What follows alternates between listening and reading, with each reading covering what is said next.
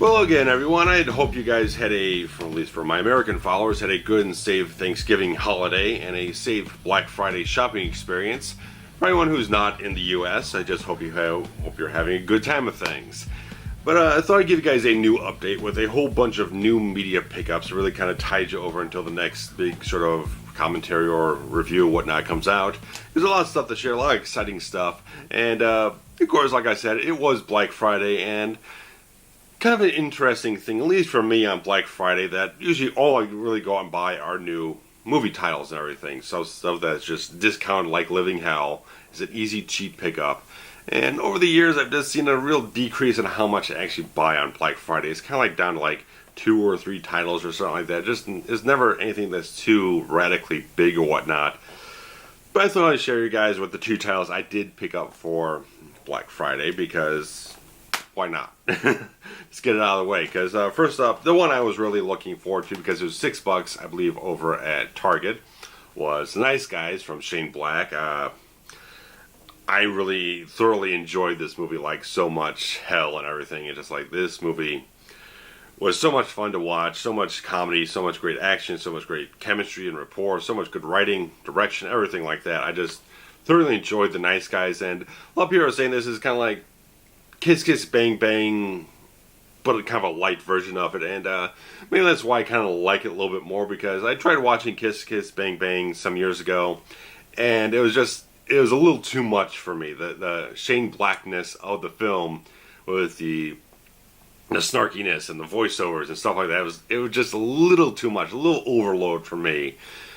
This is the right measurement of it that I really enjoy. So it's like, I was seeing this in the theater. I was watching it at a AMC theater that had the big leather recliners and everything for the first time ever, and just like, it was a fun experience. I really wanted to end up seeing this again in the theater, but obviously it didn't do the box office that it needed to kind of stick around the theaters terribly long. So I got the Blu-ray. It was $6. It was fantastic, and I'm really going to enjoy watching this again this season. I'm definitely going to watch it, because why not? It's a fun film. I'm really looking forward to revisiting it, because Russell Crowe and Ryan Gosling did such an amazing job, and overall, fantastic movie. I really enjoyed it so much.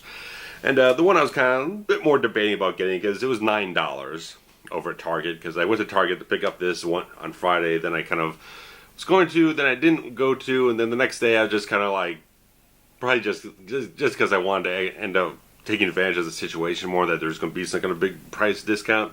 So I did pick up The Conjuring 2 on Blu-ray for $9.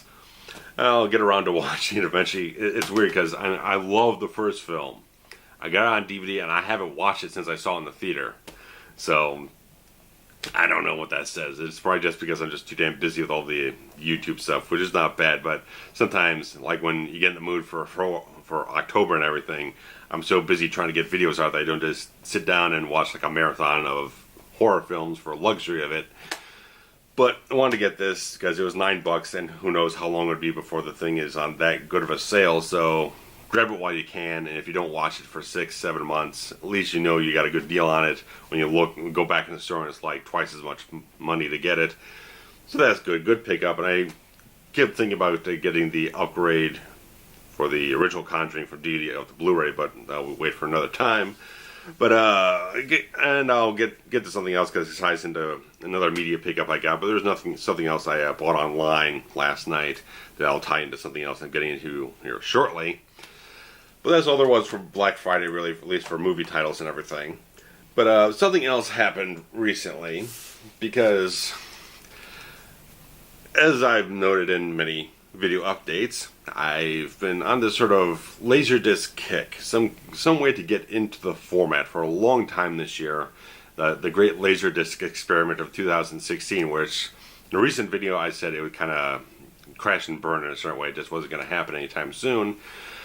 But lo and behold, an opportunity actually arose to me when I think I was exporting video or whatnot. I just needed something to kill time, so I just hit the bookmark on my web browser for a Laserdisc search for Chicago Craigslist, and lo and behold, there was a Laserdisc player up on there for a guy about 10 minutes away from me, and it was just the cheapest deal I've seen for one that seemed like it was in perfectly good condition, and I could not pass it up. And so I'm now the owner of a Pioneer CLD D502 Laserdisc player. Now it is a mid-range player, but it does feature a both sides play option, which means with Laserdiscs they could only fit for the CAV format, which is a bit more higher quality, but you can only fit about half an hour of film onto the disc. And with the CLV version, you could fit a full hour of it, but sometimes the quality is a little bit less, and they had a few less features on it, such as still frames, pause, whatnot. Still frames when you pause it. But regardless of that, you can only fit a very finite amount of information on one side of the disc. So obviously, Laserdiscs tend to come with multiple discs, or at least span across multiple sides of a disc. And so you have a mechanism in this player, which was very prevalent in a lot of later models and whatnot, where they could have a motorized mechanism inside the machine where it would flip the laser from one side to the other. It would probably take maybe 10, 15, 20 seconds for it to move the mechanism around and flip over and relaunch the disc and everything. So not too much bother or whatnot, especially when you're cutting down on having to get up and switch discs, flip discs around every half an hour or whatnot. It's a much better much better experience doing that than other things. But fact of the matter is, this is a nice player. Obviously, one Pioneer was the pinnacle of Laserdisc quality and everything. They're really much the ones who championed and pretty much set the standards for the whole format and the players and everything. And so, a lot of interesting stuff there. But fact of the matter is, this is a nice, solid Laserdisc player that when I got it, there was only a little bit of a problem with it. That there was a problem with the mechanism flipping sides and everything, because apparently I went up on YouTube, thanks to my friend Oliver Harper, which I'll be thanking a few times in this, that apparently there's a little bar on the top of the, when you open up the lid, there's a little bar in there that I guess is not properly balanced or whatnot. It's not properly elevated. There might be a little bit of warping issue or whatnot. Once you kind of loosen that piece up and kind of use something to elevate it slightly, the mechanism moves over fine. So there's just a little bit of something off in there, but that was the only thing that was really a problem about it.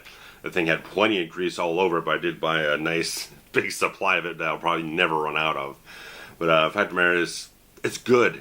It's a good player. It doesn't have AC3 Dolby Digital output or whatnot. It just has regular composite cables, the yellow, red, and white cable outputs, but it's good.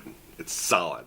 And even my TV doesn't actually have an S-video port. The switcher I have for all the analog things I have, my VCRs and all that type of stuff, does have S-video, but it doesn't, obviously the TV doesn't have that. It just has HDMI and the composite in ports and everything. So that's the only thing I could take advantage of in terms of video anyway. And the fact of the matter is, I'm happy with it. I'm happy with it. The thing looks very good. It had a little bit of a cosmetic scratches you're going to see here and everything, but it's a good solid player. It came with a remote, came with a manual and everything. The guy was the original owner. He begged his father probably like 20 years ago to buy the damn thing, and turns out it was, because I was thinking about where he might have bought it at the time, but it was really kind of cool when I opened things up, and it had the business card for QED Laser, which is a place that went out of business a couple of years ago.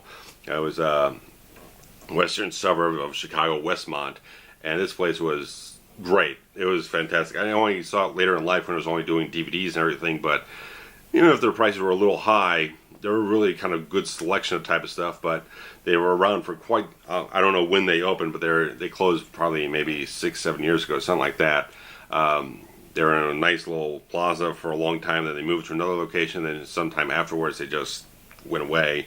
But kind of cool to see this whole thing. QED Laser, used to hear it on WCKG ads, whatnot. Used to sponsor some of the shows on that old talk radio station and everything. So kind of nice. See where this thing came from. I knew that was a good retailer, and they got a really good player for it, and I've got a real good player now. But also that means I have media. I have media to play on the disc. I have a player to play the media I have, and so the collection will grow. But these are the first couple of titles that I have now that I have a player to play them on. Take a breath there. But the first thing I'm going to show you, I'm going to show you in alphabetical order. That's the easiest. But this was the latest one I picked up because I was at Half Price Books the other day, because I work right next to a Half Price book, so it's kind of nice. I get out of work and the place is still open for another hour. I can go in there, look around and grab something. And I was just looking through their collection for like the second or third time, and they have all three versions of this title at the half price books, and decided to get the remastered digital surround version of The Hunt for Red October. And this was, from what I can tell, Laserdisc Database. This was a 1997 release. Kind of interesting that on the front of the thing it doesn't mention widescreen, so I wasn't sure about it. And lo and behold, down here in the small bold type here, it says a film was presented in a widescreen format, preserving the 2.35 to 1 aspect ratio of its original theatrical presentation. So I did that, and I just made sure when I had my phone on me, hit up Laserdisc Database to just double check there wasn't any kind of particular issues with the title or whatnot. And there was one, because apparently I think on something about pressing was side 3, the original pressing of it, there was audio missing on one of the tracks or whatnot. But I cross-referenced with some of the sort of marks they kind of put it on here for like different versions, stuff like that, just kind of like almost like a model number pressing, whatever the heck you want to call it. They call it mint marks or whatnot, and it appeared to be this was the second pressing of the disc, but I haven't been able to check exactly that. But from what I can tell from the information provided, it was that, and this was all $5. So kind of nice to have Hunt for Red October on Laserdisc in a THX. I think it's THX. I'm not sure if it's THX, but it is digitally THX Laserdisc. So it's a THX remastered digital sound and everything. So that's cool to have. And in 1997, so that's probably pretty much, they're not going to get much better than that at 1997. Beyond 1997, the disc technology probably wasn't going to progress too much further to get anything better than what they presented on this disc, short of the later, because there are a couple of very, very few titles released later on that took advantage of like anamorphic video and whatnot, but those are very few, like The Fugitive, Terminator 2, a couple, like 4, 5, 6 titles or whatnot that you could get, whatever, but that's good. I was rechecking the disc just to get the sense of the quality, because first time I was looking at it, it didn't look too good, but once I kind of re-examined some of the couple of scenes here and there, it really did look very good. Because with Laserdisc, if you're looking at it right up close, you're not going to get the same presentation you're going to get if you're looking at it as close to the TV as you would like a Blu-ray or whatnot, looking at it, trying to find all the details, you're going to see the limitations of it because it is analog video. But if you get back, you sit at the proper viewing distance for a film, for TV and everything, it looks good. It looks really good. And obviously THX really meant something at the time for digital remasters and stuff like that, for quality. Looked really good. And of course, one of the earliest ones I got when I was still trying to hunt down a player, I thought I was going to get one off of eBay before the one that arrives. Ends up being damaged in a short way. Preemptively got some titles, and one of them was Leviathan. And definitely checking this out. Again, watching, just jumping around, checking out a few little bits and pieces of it. The transfer is really good on this for 1989. Comparing it to the Hunt for Red October one, which is almost a decade later, THX certified, this holds up very, very, very well. And just like, it looks really good. It looks really good. Apparently, they didn't include any chapter stops on this. There is ones on most discs, like Hunt for October has chapter stops and everything. You jump around. This one did not have any chapter stops, so you had to kind of like fast forward through the film if you want to get to a certain point. So that's a little inconvenient, whatnot. But whoever decided that, whatever the case. But good. Leviathan looks good. I also have the Blu-ray now, so be kind of a nice comparison or whatnot. If I tend to do a review of the film anytime, I could probably throw a little bit of the information about the Laserdisc in there. But move on, because another one I bought a couple months ago was the Scream unrated director's cut, and now I can finally watch it. It's like I mentioned before, this is not available on pretty much any other format, period. Because shortly after they put this out, I guess Disney actually bought up Miramax, which owned Dimension Films, so they decided we are not going to release any unrated material. So this has never gone to any other format. I have the original DVD, which is not anamorphic, and I now have the Blu-ray as well. And so I have two versions of the theatrical cut. One version, the director's cut, I think maybe somewhere there's like some DVD floating out there in some international territory somewhere that might have this edition, but good luck tracking that shit down. This is nice because it does have some extra gory footage or whatnot. I checked out a little bit of it some time ago, and in fact, it has original film soundtrack on the digital track. It has the audio commentary from Wes Craven. I think Kevin Williamson's on this as well. And then the Dolby AC3 stereo soundtrack on analog track too. So nice, and it's got 16 chapter stops, and it looked pretty good. It's probably at least on par with the non-anamorphic DVD, which was probably sourced from the theatrical cut Laserdisc, I'm sure.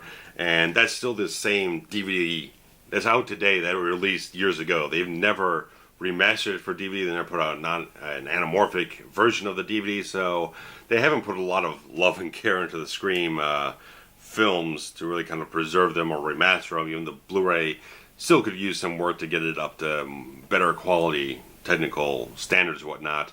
But apparently there was also a DTS audio release of this a little later on or whatnot. But unfortunately, with my KLH stereo receiver, I don't have the ability to decode a DTS signal, and then I don't have all that much ability to kind of use DTS audio throughout, unless I run it right through the TV or whatnot. So a little bit jury rigging to kind of use some of the different audio signals or whatnot. But regardless of that, I could get into that in another video. But we're talking about Star Trek IV: The Voyage Home now, and this is a bit of a story here because a couple of months ago, many months ago, I had tried to order this Paramount Director's Series edition of The Voyage Home off of Amazon Marketplace. And unfortunately, what I got was not the version I was looking for. It wasn't this one. It was the earlier one that was part of the 25th anniversary box set, which featured the first 5 films. And obviously, I contacted the guy. I got my refund or whatnot. He didn't need me to send it back because who needs to expend more costs and everything that didn't cost them that much to sell it in the first place. But I finally got this one. And a lot of story to get into this about different qualities and whatnot. But this was something it was a bit nostalgic to kind of get a hold of because I knew about it from years ago off of VHS. They put this out, same thing, letterbox and everything, with a bit of a 17-minute introduction from Leonard Nimoy, talking about the production of the film, some insight into it, and also there's a short segment about him comparing pan and scan versus a widescreen format on the home video viewing experience and everything. And I just wanted to get a hold of this as a bit of a personal nostalgia and whatnot. It's one of my favorite Trek films, and apparently yesterday, which was Saturday, was the actual 30th anniversary of the film's release, so kind of nice. But I got this thing was listed. It was newly listed when I jumped on it and got it because apparently this was factory sealed. You can see it says, you can't see with the glare and everything, but $49.95 was the sticker price on this thing. It had not been opened until I got it. And there's a little bit of something here because I don't know why. I was kind of conversing with Oliver Harper, my friend here, on YouTube, when I was watching this and discovered it's not entirely the correct aspect ratio. It's closer to 2.00 to 1 instead of 2.35 to 1. And I was watching because I was watching on my TV here, my HDTV, and I zoomed in the picture. I noticed the black bars on the top bar were very narrow. And so I popped in my 2009 DVD and started doing jumping back and forth between the two presentations, trying to do as much of a comparison as I could. I noticed the black bars on the DVD were much bigger because it's the proper 2.35 to 1 aspect ratio. I wasn't sure if it was a problem with my equipment, but then comparing some frames, I noticed that the Laserdisc does have a little bit of extra information at the top and bottom, which I'm not sure why, but apparently some of the sides are cropped in a little bit, so it's not entirely the proper aspect ratio for the film. Some of the side information on the picture frame is missing, and it kind of deflated me so much about it because I knew if I kept watching it this way, it was going to nag the shit out of me. It just bothered the crap out of me watching it that way. I mean, if I didn't zoom it in, the 16 by 9 widescreen TV, I probably never would have noticed it, but obviously you're fitting it into a widescreen TV, you actually notice that type of thing a lot more. And so it really kind of bothered me, but I'll hold on to it. I'll hold on to it for something or other. Might might capture the footage from the intro or whatnot and throw it up on my other YouTube channel, my Nick Mike channel, which is just kind of all my miscellaneous stuff that I don't care don't care so much if it gets shut down from a copyright strike. It's had some over the times, but it survived. So who knows? Maybe I'll throw it up there or whatnot. But regardless of that, people say that intro was on one of the DVDs, but I have both special edition DVDs from the 2000, or it was the original collector's edition release and the 2009 release. I can't find this intro on either one of them. I don't know if it's an Easter egg or what, but I have not seen it. There's some vintage stuff on the collector's edition DVD, but I don't see the actual intro from this disc on that at all, period. But this is, honestly, this is a really nice piece of packaging here. You got the gold and the white and Nimoy's signature there, and real nice layout on the package. Just kind of a real cool, classy, simple type of thing. You got some stills of Leonard up there from his little feature whatnot introducing the film, and some behind the scenes stills. So it's a nice sort of thing here, and it's kind of interesting because this comes with two discs, 3 sides. It has an inner sleeve. It has the outer sleeve here, and then it has an inner cardboard sleeve, and then the plastic here, which I think from what I'm understanding, you probably should replace with different sleeves. I got some ones down here I'll show you in a minute that have better sleeves, I think.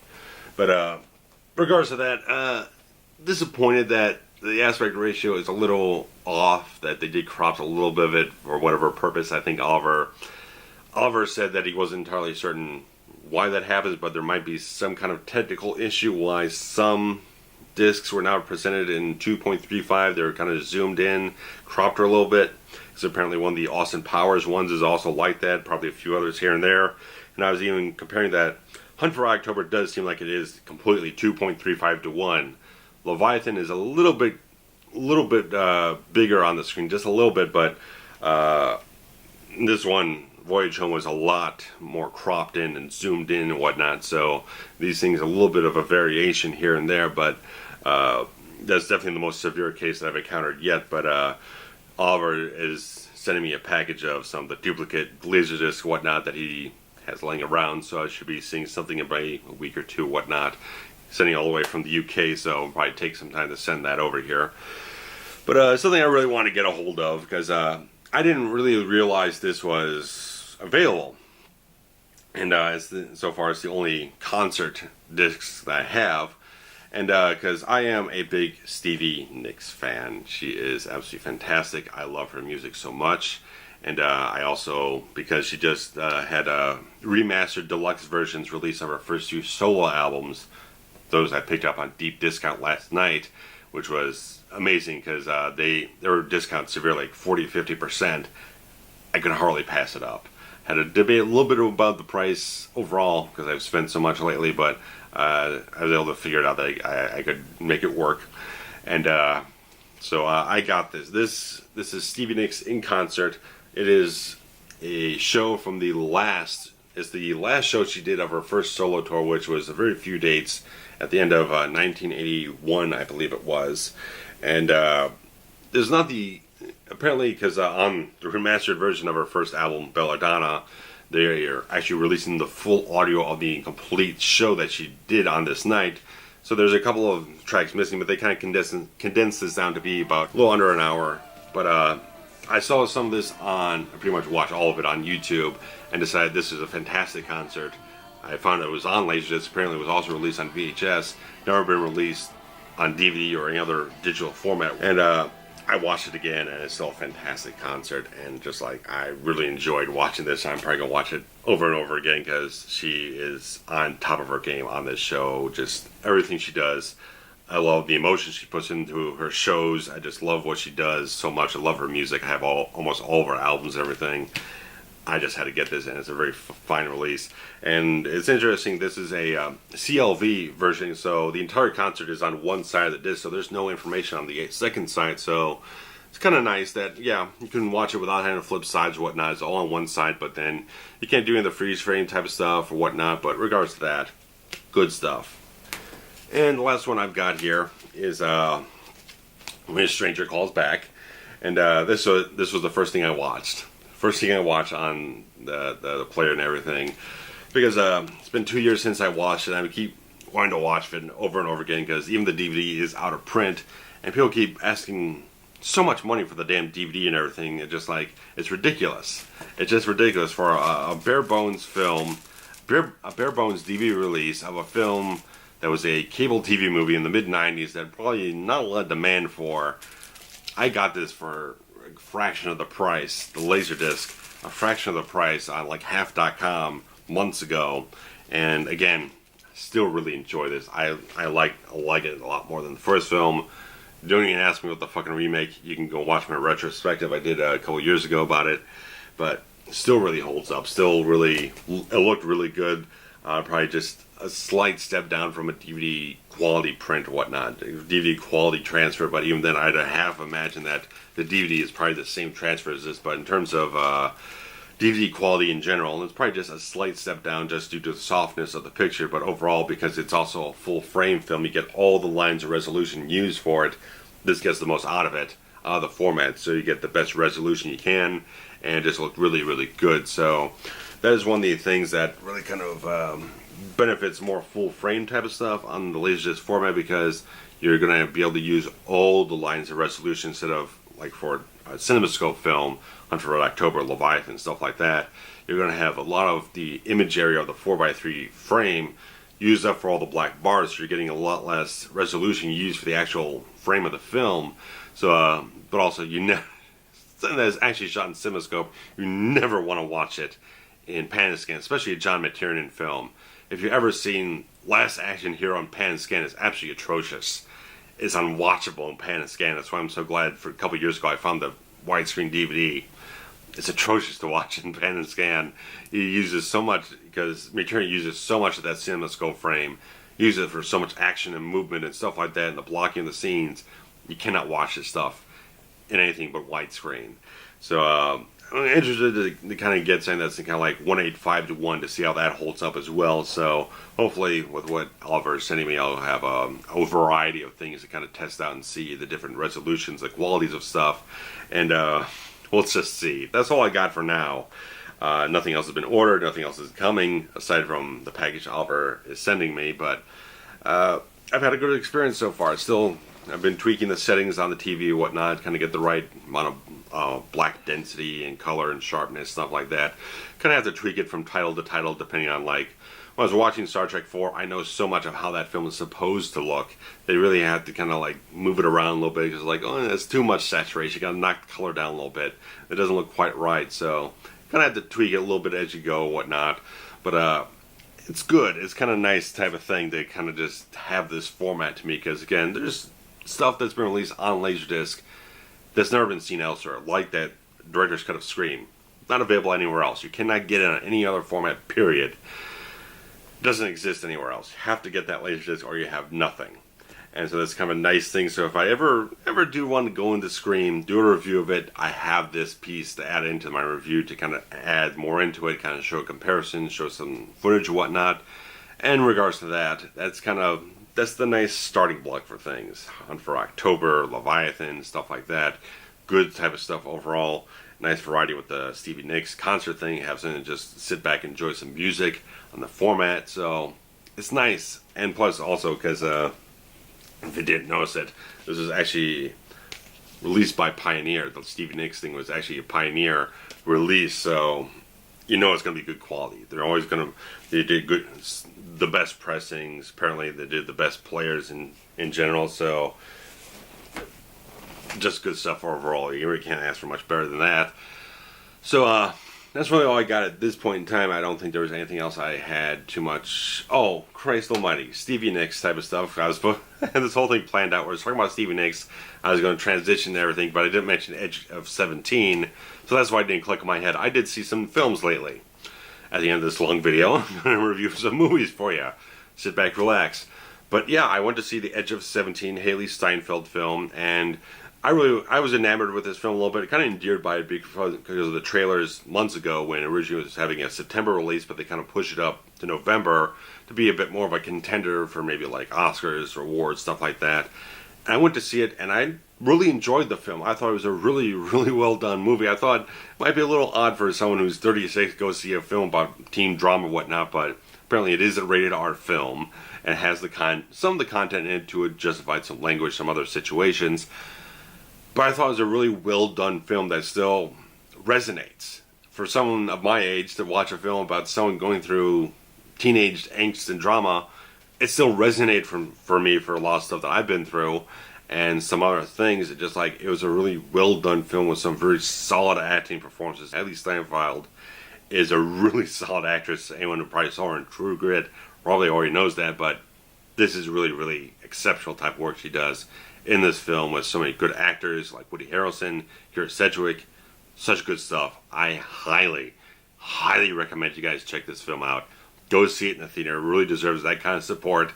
And I just thought it was a really well done film that has a lot of the heart in the right place and all the good messages. And even though the film might seem like you can predict exactly where it's going, it's not so much about trying to do something that is going to twist it all up on its head. It's really about the emotional journey and all this type of stuff. How this character has to traverse this world that she's in with the tragedy she's suffered and all the angst and all the problems that she has. All this type of stuff to kind of go through this process that a lot of people have to go through in different types of fashions to reach a better level of maturity in their lives. Go through some tough times to come through in a better way. So I thought it was a really well done film. And I also finally saw Arrival, which lit my brain on fire seeing this film. And I've not had this experience in a many, many long years, seeing a film that just completely electrified my brain in a certain way, to just have a film that has so many fantastic concepts in terms of science fiction, but has such heart injected into it, so much human emotion at the core of the entire story. And Amy Adams just does a magnificent job in this film. And Denis Villeneuve, looking at my Sicario poster on the door here, the guy is fantastic. Prisoners, Sicario, and now this film. This guy he's solidified himself in Hollywood. This guy is on a major track of success here.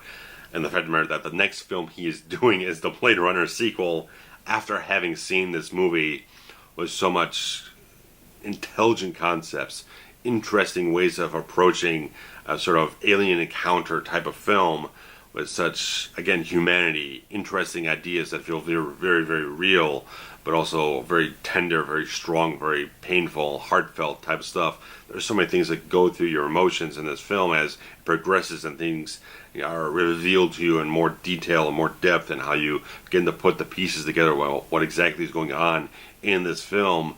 I just thought it was so magnificently well crafted, with such wonderful cinematography that really conveys a very somber, interesting tone, and such a very unique score overall. I thought Arrival was a magnificently well done film. Denis Villeneuve is the guy who's this is definitely one of those guys you cannot wait to see what he's going to do next. If he's done a couple of crime thrillers, a couple of psychological films, and he goes into a science fiction film that isn't all about special effects. There's obviously a lot of special effects in the film, but it's not focused on special effects. It's focused on the character and the story and all the things that it has to weave into the humanity of the film. That is a very great sign of a fantastic film director, that you can take these concepts and boil them down to something that's so very heartfelt and everything. Just that's the one film. There's one word to keep hitting about this film: heartfelt, heartwarming in a certain way. There's so much interesting qualities that you can't really go into too much without spoiling it, which I'm not going to do. But if you've not seen Arrival and you are a fan of science fiction, very good science fiction, this is a film to definitely check out. Like I said, I couldn't have put up the camera and done on a typical Forever Cinematic review, because I can't really go too much into the depth of the film without spoiling, because there's just so much to talk about. But regardless of that, this gets major praise from me. It just had me almost existing on another plane of perception after seeing the film.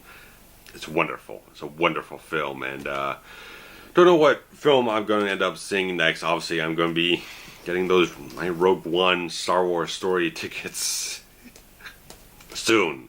I have an alarm set on my phone for about 8 minutes before midnight to make sure I'm on a computer ready to purchase my tickets. I'm not going to get sold out. And regardless of that, that's all I have for this time. It's a long video. Thank you guys for watching. And hopefully I'll have some other fantastic stuff. Not entirely sure when the next review will be out, but hopefully I'll have at least another sort of vlog type of thing. Maybe finally go through my TV series DVDs and Blu-Rays or whatnot. We'll see what happens. Kind of throwing some things around, see where the flow of the day takes me. So, thanks guys. Hit me up on Twitter and Facebook at RavensFilm, Instagram as well, and hit up all the links below. Patreon's still active. If you guys really want to help out around here, your contributions would definitely go to good use to improving the quality of the channel and getting more content out there, being able to see more films as they come out, instead of having to wait and kind of work around schedules and whatnot. I could, if I can get some more supporters and whatnot, if your contributions come in, they'll definitely put to solid, immediate use as much as possible. And hopefully, in a couple months, hopefully I could upgrade some equipment, get maybe a better microphone, better camera, stuff like that. Probably get some more ripping software, whatever seems to be the priority at the time. I'll definitely put that stuff to good use, and you'll know that it's not just going off into the ether somewhere. It's going back into the heart of the channel to keep that going and keep it flourishing in a certain way. So, thanks guys. Take care. Bye-bye.